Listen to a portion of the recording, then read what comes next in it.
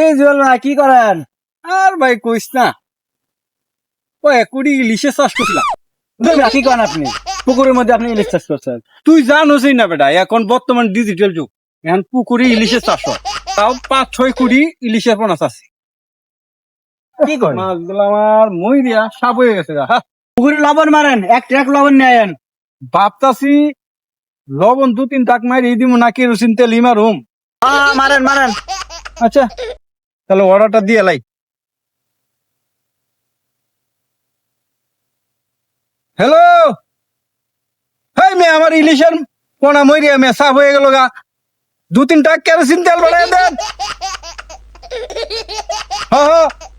আমার বিশারিতে বাড়াই দেন।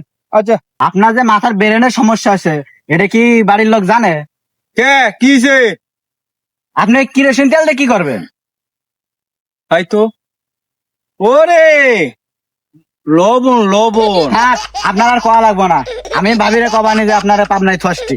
আরে হুন, আমার ইলিশ মাছ 2-3 কোটি ইলিশ আছে, মইরিয়া সব পরিষ্কার হয়ে যেতেছে, এই কারণে মাথা ঠিক নাই। ওই তো থাক, আমি বুঝছি, আমি কমনি ভাবিরে।